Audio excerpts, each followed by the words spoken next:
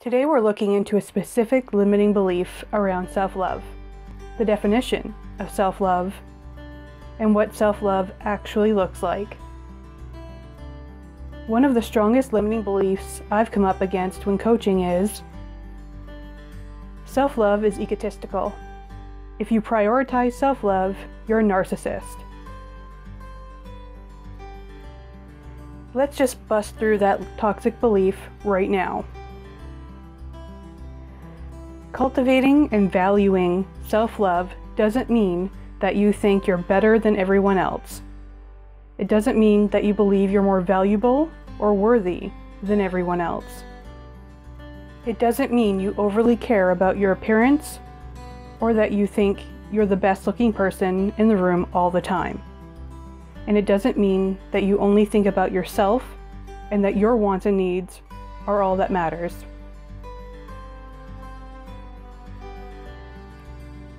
Self-love means that you view yourself as being valuable, worthy, and enough.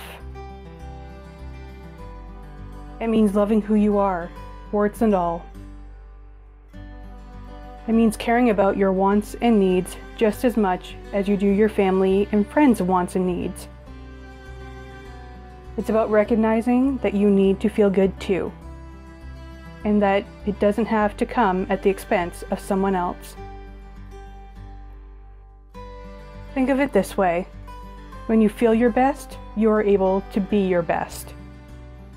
For example, when you have the flu, you're not able to be your best, right? You barely have the energy to sit up, much less do any form of work or caregiving for someone else. But when you're healthy, you're able to give more of yourself. If giving more of yourself sounds exhausting, think of quote-unquote being your best resulting in a different way. Maybe quote-unquote feeling your best results in you simply having more energy to do the things you love to do.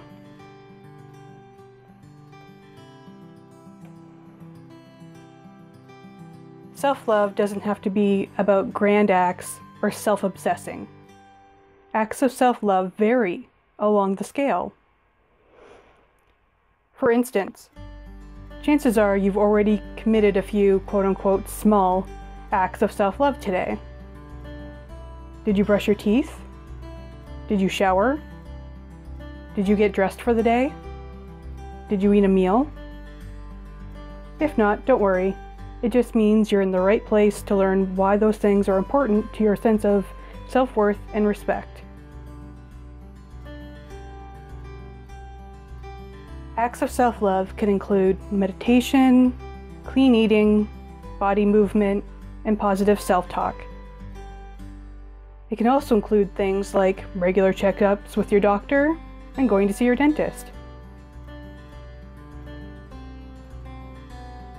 Personally, I think one of the highest acts of self-love is stress reduction. This means being aware of my limits and conscious of my stress triggers and dialing things back before I come up against those limits and triggers. I stay away from situations that I know will send my stress and anxiety levels sky high. Or I leave the situation as quickly as possible, such as going to the grocery store. I also make it a point to do things that I find enjoyable and relaxing, such as drawing and coloring in adult coloring books.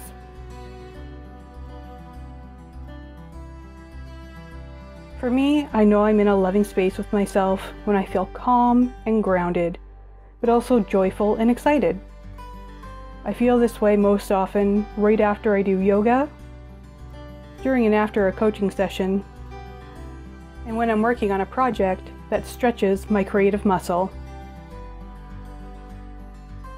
So, how do you define self-love? What does self-love look like to you? What does self-love feel like? What are some positive results that could come from cultivating and valuing self-love? Let me know in the comments below.